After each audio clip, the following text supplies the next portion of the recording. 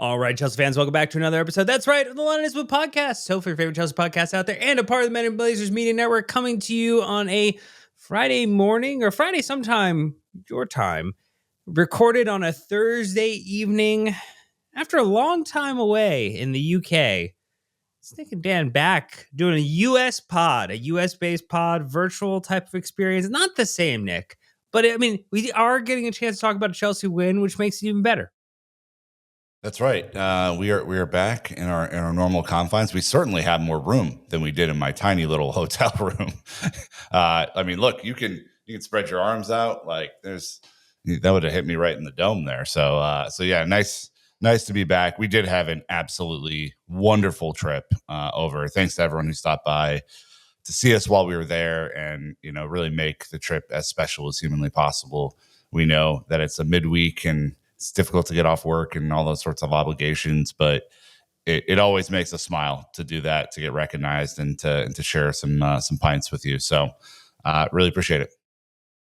And we appreciate our good friends holding it down over the weekend for us too, to make sure we could take a little bit of extra time off. We had a couple of days up in Scotland as well. But I mean, Nick, we need to talk about the fact it's a Chelsea win.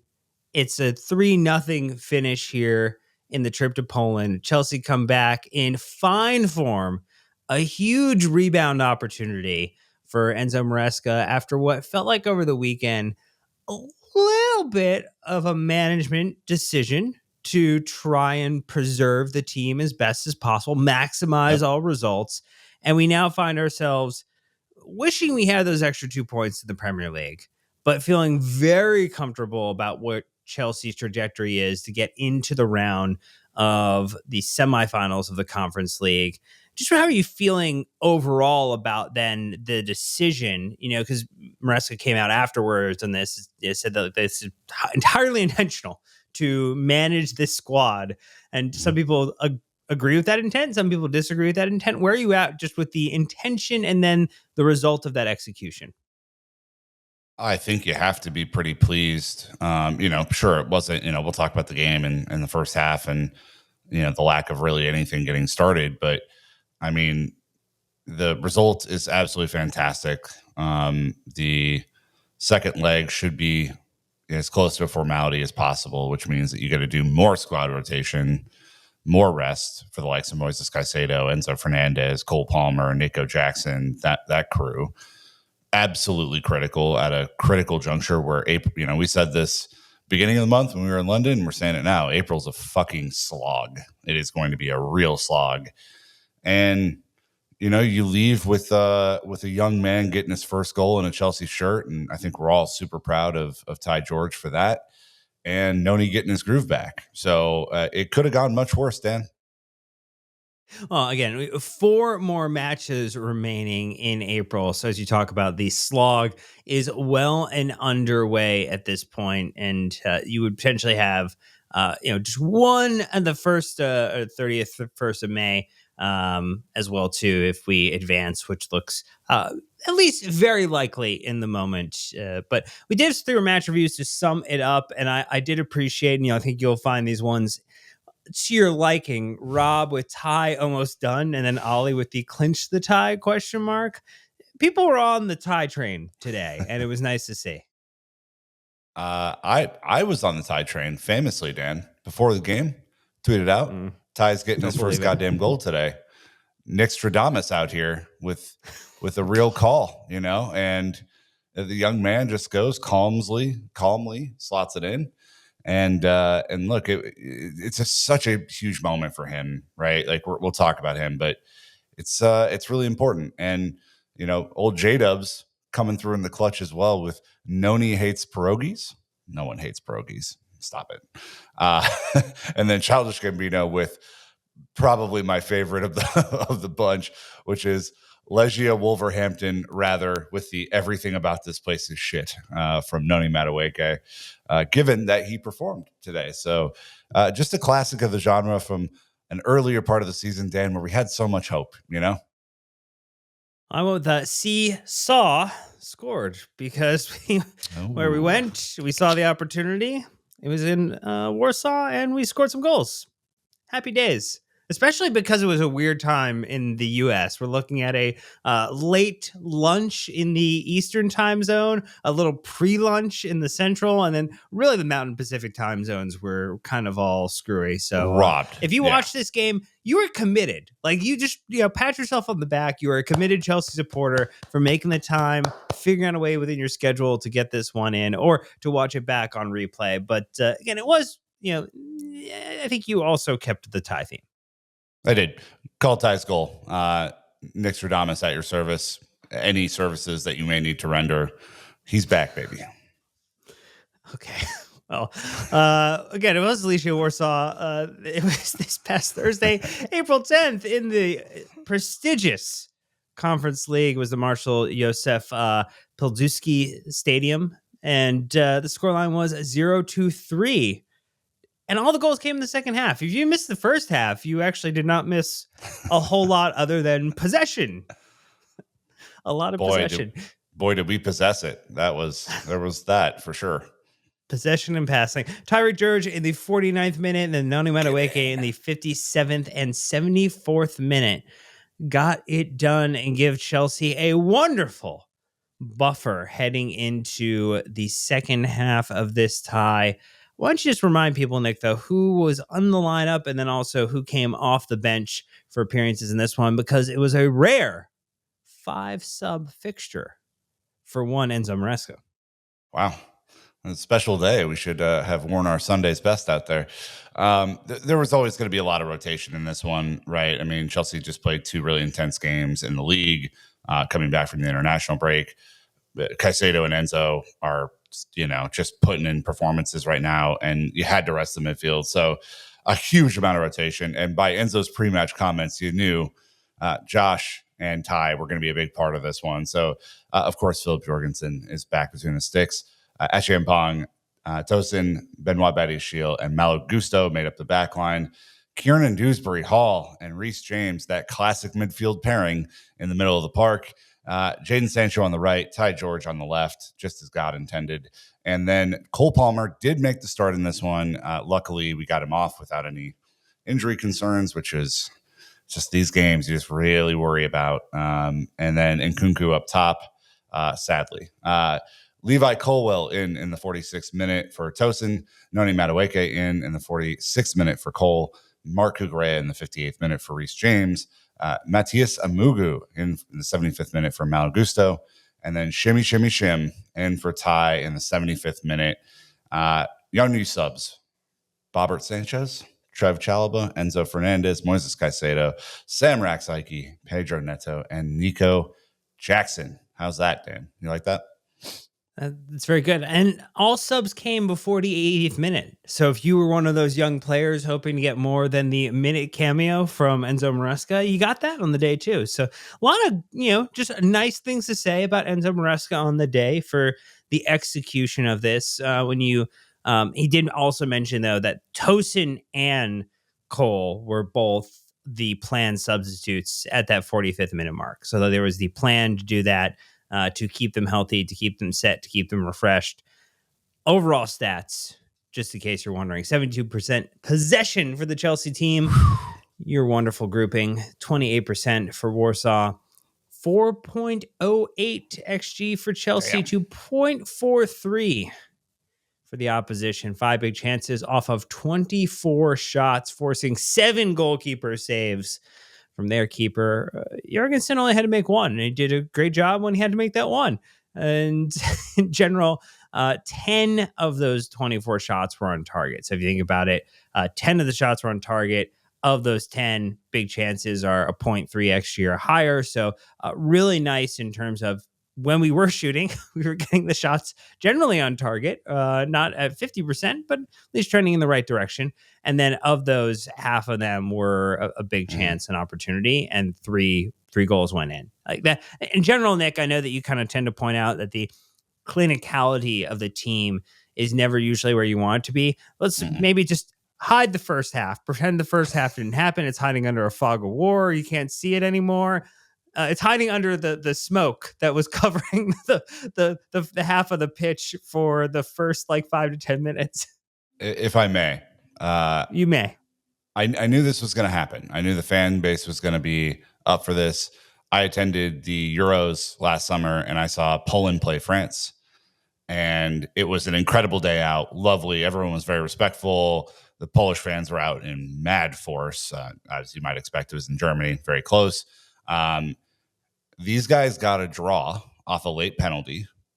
They're out of the tournament at this point. And they sung from the first minute of this match, actually, all pregame, till 7 a.m. when I got on that train and left. Like, they're incredibly passionate. They love a sing song. And really, when you think about the atmospheres that get talked about in England, it ain't like that. It's like watching an NBA game and then watching, where Nikola Jokic used to play in Serbia. And those two things are not the same. So atmosphere was great. And, you just got to give them credit for singing when they're down 3-0. And, your instinct is, let's just head out early. Let's go get a pint, no, these guys were all about it. And so just wanted to give them a shout out because they're likely out of the tournament now. But that was a pretty impressive singing bit. And no random stats for this one, but did you have a shithouse moment in the match? Not especially. I really, this was a pretty uneventful affair for the most part. Like, there weren't many hard challenges. The hard challenge on Kieran Dewsbury Hall in the box obviously gets called as penalty. So not really. It was kind of a, just kind of boring and straightforward. Well, then academic on the day. So no shithouse moments to be seen. But look, we'll get our first half break out of the way when we get back. We'll talk about those second half heroics and some of these star performances from some Cobham graduates. But stay tuned. I'll be right back. Okay, just bin the first half, Nick. Just forget it. It didn't exist. It didn't happen. Those Kieran Dewsbury Hall being Chelsea's best attacking option in the first half might have happened, but we're just going to move on from that because the second half, much, much better, much improved. I mean, really benefited from, I think, the additions initially of Noni Madueke and then Levi Colwell, and then just some of the additional kind of thrusts through some of the other substitutions. But that move of Tyrique George in, Jadon Sancho playing on the left. I mean, that there was a lot of things that changed in shape in the second half that set us up to be much more dominant side. I mean, the side that we know this team is capable of being. And, we had big performances from, I think, within the team, but then also a couple of those, as we mentioned earlier, the academy players had quite the night and earned a lot of the praise post-match and press conferences from Enzo Maresca. Yeah, I mean, for whatever reason, and I don't understand why the team does this, but they did it against Spurs. They certainly did it against Brentford. They just don't shoot at the fucking goal for large periods of time. Like, the whole first half, I'm just waiting and waiting and waiting and waiting and waiting and waiting and waiting. And nothing. It's like Reece takes kind of a nothing shot, rebounds off the goalkeeper, Ty slots it in. Goal. Pepper this thing, man. Especially in the Conference League. These goalkeepers aren't that good. I'd be shooting every time down. I want 35 shots a game out of these guys. They're more than capable of doing that. And yeah, it doesn't suit the possession first nonsense. But if you're getting in good position to take a shot, you're not taking a shot. What is the point of football? I really don't get it. But I think that was the big difference in the second half, Dan, was that we started taking pops at goal. And lo and behold, guess what?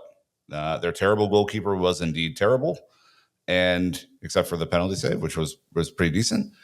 And well, all right. Let's say it was a bad penalty take. It made it more savable. Had to save it though. It needed to be. Had to save it. Yes, you have to save it. You have to dive the right way. You have to make the decision. We'll get a note from Brandon Busby in the postscript that he will argue that all penalties are hard to save.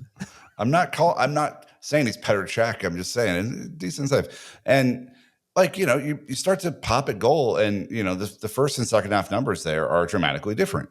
Shock among shocks that when you take shots at goal, perhaps your poachers like Ty and Nico and Cole and people who are in the right positions at the right time might just get an easy one.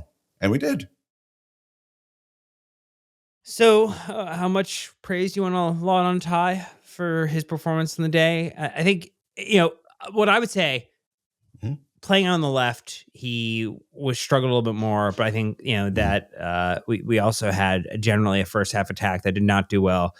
Playing centrally was a bit more of a transformative moment for him and how he was able to show off his skill set there, and so I think he benefited a lot from the change. And so if you only watch the first half and you're like, man, I don't know what these guys are talking about here because I did not see a Ty George performance worthy of the A block on the podcast. We would say that you need to watch the second.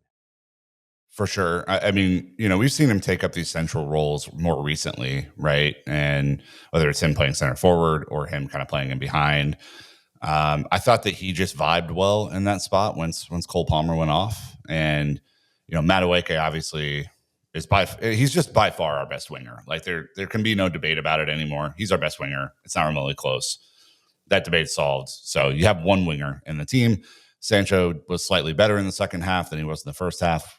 Praise be. And I think Ty found some really convenient little pockets to put himself. And for a young player in a crazy atmosphere, who I know has been trying really hard to score, like it's very obvious that he's been pressing and he's been trying to get that goal. He has a couple assists now. I was super, super, super happy for him. I mean, you could just tell if it felt like there was the weight of the world on his shoulders when he did that slide to the corner flag, right? Like it just you could tell. I was like, all right, finally, okay, now we can go. And like I would say, even after the goal, he looked even better than before the goal. Like I think it gave him some confidence. And look, I think we didn't say this on the pod on Sunday. Thankfully, we were uh, we were elsewhere that day, which was wonderful. We But were not drinking copious amounts of scotch in Scotland. That was not no, what was happening stop. at all. The Johnny Walker tour was certainly not the warm up for the match. Let's just be really candid about that. Um, no, but it's something I wanted to say, which is like if you're Enzo Maresca and you have a very healthy sample size, especially because of the Mudryk situation, whatever is happening there. You've seen Jaden Sancho, you've seen Jaden Sancho. Occasionally, he impresses, gets 2 assists today. I'm very happy for him because it's been a rough run. But if you're Enzo Maresca, you got to be looking at Ty in these moments where he can either be a sub or start, just to give you some life because he just has the energy that some of the other guys don't have right now, and I think it's incredibly useful. Even if he doesn't score the goal or whatever, it's incredibly useful for him to be annoying. He was pressing, he was getting in there, he was trying to make tackles. He wasn't always that successful, but that's more Josh's job. So we'll leave that to him. And look, you've seen a lot of one guy who's produced very, very little despite a huge profile. It wouldn't be the first time that we gave a young winger a chance to do something in a season where we played possession dominant football, and that young winger came out and killed it. So, Colin Hudson Adore, if you're paying attention at home there. So yeah, and why the fuck not? Oh, one shot, one goal. That's the best type of record you can have on the night. Josh also playing right center back, playing central center back, playing defensive mid, wherever he was in the game. He got Enzo Maresca to have one of the most interesting post match quotes that he's dropped for quite some time. So Italian, He so was the Italian one here. I fell in love with tonight. He showed he can be a very good player for this club. Then he followed up by saying he showed he can move in positions as a fullback or midfielder. He was mature and composed. The best thing from Josh is he's so open to learning. Yeah. Yeah, we've been saying that would be a good thing to try to do, particularly if you're going to push Reece James into a central mid position and have him play there. If you're spelling Moises Caicedo, if you are spelling Enzo Fernandez, if you're putting Dewsbury Hall in the lineup, like you need someone there, and he is very capable of doing that. And I mean, he had a very strong performance, I think, on the day. He could have been involved in an assist. He had 2 block shots. He had 2 interceptions, 1 big tackle, 4 out of 8 duels won on the ground. And generally, almost 98% pass accuracy. Like Mhm. just really solid stuff. Like way more mature of a performance. And like he's had a little bit of a back and forth. Like we've seen some really Mhm. good, and we've also seen the hey, you're a young player trying to step up to the next level, and you're not the finished article yet. And I think Yep. it's hard to judge him, I think as harshly as maybe players who are 26, 27, 28, 29, where it's like, hey, you are not going to improve exponentially at the same rate as someone like Josh May or Ty May because of where they're at within their career. Like Josh is 18 years old. Like Yep. his ability to improve on a exponential rate is going to be much higher than some of the other players that we may have been banking on or trying to bank on a little bit too long. Yeah, I totally agree. And boy, have we been calling out for Josh to play. And, just one of these moments where you have to rest Cucurella. Malagusto is another player that's probably going to have to get some rest soon. You're going to have a lot of rotation in that back line, it feels like, over the next month and a half. So give the young buck a chance. I mean, he looked so composed out there. Like, didn't get phased, very strong, aerially dominant, calm. Yeah, I can't imagine being that young and just being able to slot into a Chelsea and just look the part. Like Reese has obviously done it, Callum's done it, Ruben Loftus-Cheek did it. Like there are plenty of examples of guys who are special, right? You don't give him that contract. You don't have that much fuss about him going to Real Madrid if he's not special. And he's special. And I'm just so pleased that our manager has finally seen the light and decided to heap some praise on the young man because I can't imagine there's a scenario next year where he's not really in the mix for it. Like he's doing his apprenticeship right now, right? And I think next year is the time. Going to be 21 going on 22. It's going to be the time. Couple more just kind of quick hits and opinions. So, Noni Madueke with his goals today has now scored 10 goals in a season for the first time in his career. As Nick has been doing a mini golf clap on the YouTube. If you're watching there, you could see that. But very very excited for him to come back and do that and be involved in the attack. I think. Dewsbury Hall, again, I probably mentioned him more than anybody thought I would mention him on this podcast this late in the season. Solid, super solid. Effort, A for effort. We have a Mhm. lot of players who over the past month, 2 months, 5 months have been making us feel not so great. And this was a great effort performance from him. And I kind of wish he had got one of the goals. Like I was Mhm. really kind of bummed for him that with the attempts that he was having, they're not perfect. I mean, he definitely was scoring more when he was with Leicester last season in the championship with Enzo Maresca. But who knows? He might get an opportunity between now and the end of the season to be more involved, particularly within this campaign that we have here, and Mhm. helping us stay fresh in the Premier League with some of the game rescheduling that's going to happen here too. So, just a tiny little nod to KDH there. The most important part of today was the rest for the players that we need for the weekend, right? Both midfielders are going to be on a week of rest for the first time in forever. Wow, what will that do, right? Nico Jackson on some rest. Cole Palmer gets a half of rest. Like your best players, Reece James comes off in the 60th minute.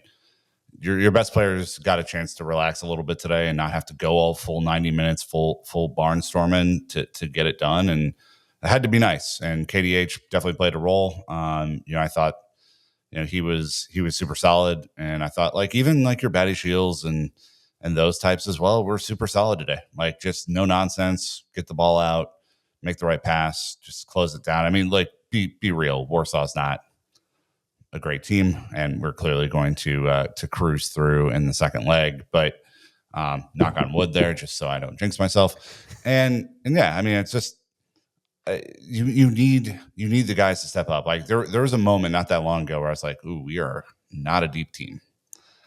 And little again, it's not a perfect performance, but like little performances like this today start to reinvigorate that confidence that we can give our big guys a night off and not completely look lost. And I think we talked about it a little bit.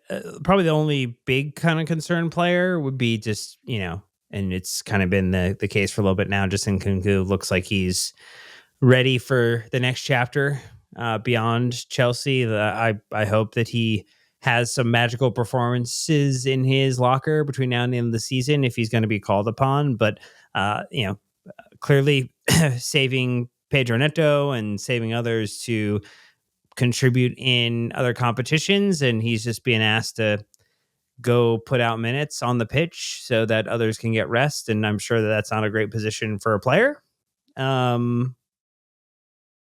I think, look, he's clearly not as checked in. Like someone posted the video of him in the preseason and the movement and the decisiveness and the directness, right, of his play in the preseason versus now. And it's like night and day. Like, you can't say anything else.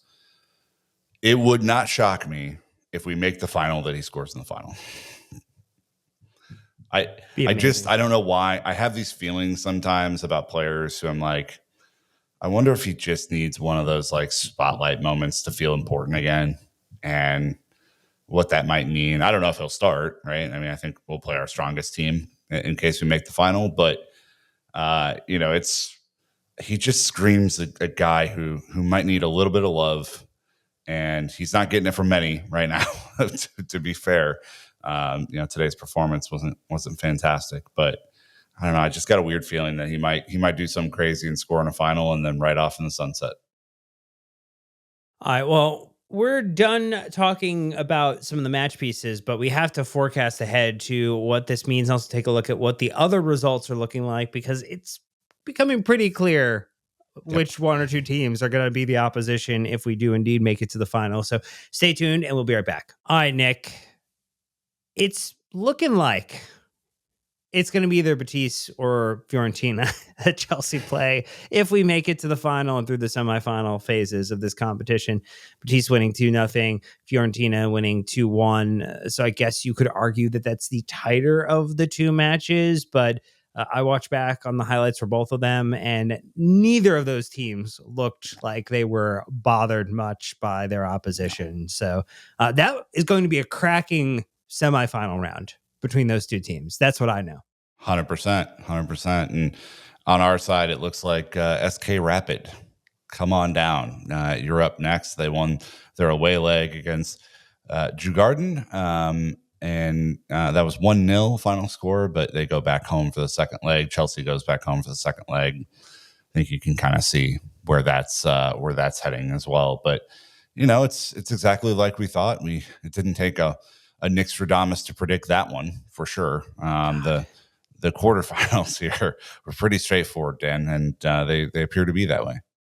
Yeah, so I just want to kind of highlight the fact. So if Chelsea advance, that means that we have matches on that 30th first range. So 30th of April, 1st of May. And then the following week, what probably doesn't change is that Chelsea have a Sunday fixture currently so far on May 4th, Thursday to the Sunday. The Premier League is not going to change anything, most likely, unless something were to change on the Liverpool side, which doesn't seem likely.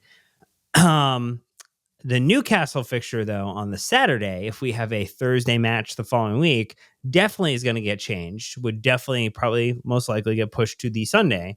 And that is, I think, concerning for a couple of reasons. One, because we need to do the same thing then in the first leg where we have a little bit of extra rest to make sure that we are fresh for the Liverpool fixture, and that we can absolutely cruise the second half of that and be very comfortable heading in that Newcastle game, which likely is, if Chelsea do the business over the next couple matches, the decider for a spot in the top five. You almost have the conference league there, Dan. You really love this competition. I almost said the conference league. It's just, the first one, you just never forget your first conference league. That's for sure. It's been a real journey. We'll say that. Some long roads without you, my friend. And look, the final does take place on the 28th of May. And that is the Wednesday after the last Sunday of the season. So it would be most likely, depending on how tight the race is, which we forecast to be very, very tight, it could be a very tough fixture for this Chelsea team. And we could be heading into that final way stressed, way down in terms of fitness, and that is not a great kind of position to be in. But hopefully, it's all done by then, and we know before that game that Chelsea are heading back to the Champions League level of football, and we don't have to worry about it. But we don't think that that's going to be the case. Yeah, it would sure be nice. It would mean a little far fewer heart palpitations to get along the way there. But yeah, look, I mean, all you can do is take one game at a time. I think if you play SK Rapid, they're a better team than Legia Warsaw is. So you're probably not doing as much rotation. So you're just trying to find rest wherever you can for your players in the next few weeks, because this is the gauntlet now. Like, this is where it gets really intense. So but again, it's a doable fixture. There's no reason why we shouldn't win it. And Chelsea need to go out and play well on Sunday. They need to go out and play well next Thursday. And they need to go out and play well next Sunday. We have no margin for error in any of this shit now. So we gave up our margin of error when we drew to Brentford for no applicable reason. That now has really put us in a winner or say die sort of scenario. And with our fixture list, it's gonna be a real challenge. So take care of your business in fixture one. Feel confident that you can rest a few more players than you might have otherwise. See what happens. Well, we don't have to wait long for more football from the Chelsea men, because we are going on our Liam Delap scouting mission this weekend against Ipswich Town to try and get some revenge against a team that has notched one of their 4 victories the entirety of the 31 that they have played matches total this season in the Premier League against Chelsea Football Club. And so, boy, oh boy, we would like to help them continue to have some very poor form to make that negative 34 goal differential, a negative 36, a negative 37, a negative 38. We want to do our job, the job that only we can do, to continue to push forward. Again, we are level on points at the moment. And in the league, we just have the better goal difference at a plus 17. We are 4 points behind Nottingham Forest. So, not outside the realm of possibility that Nope. you could get that 3 points, that you could push forward ahead. I mean, Man City is also sitting back there with 52 points on the De Bruyne farewell tour. So there's some weird magic that's going to be happening with them. So you're hoping for a little bit of Forest slide. You're hoping for Newcastle to regress to a little bit of a mean here, and for City to keep on bumbling and stumbling until the end of the season. And hopefully that we do our job and we don't have to worry about anything else. But it's going to be tough until the end of the season, but you are still in the driver's seat role. So enjoy the driver's seat role, win your games, and be done with it. Yeah, if you win everything, you're in. Guaranteed. So just go win all these matches. Do it last year. Go on a run like last year where you rattle off 5-6 in a row. It's not impossible. It feels that way sometimes, but it's not. I mean, we did it earlier this season, so we have a pretty strong example of it working. So just hope the players get a little bit more freedom in that final third, start popping off some shots. I want us to score a couple bangers here and start to get our groove back, because we're ready for a few. Maybe Reece James pops one in. Maybe Cole Palmer free kick. Cole Palmer getting restored is going to be a key part of this, to me, to the end of the season rush. Him getting his mojo back, I think, would do wonders for the rest of the team. And if he's not up for it, look, Dewsbury Hall guy looks like he might be ready to contribute. Dewsbury Hall, our Lord and Savior, Him and Marco Correa just are going to find a way to will this Chelsea team across the line and become one will further his cult hero status. It's the 7th goal contribution from Marco Correa.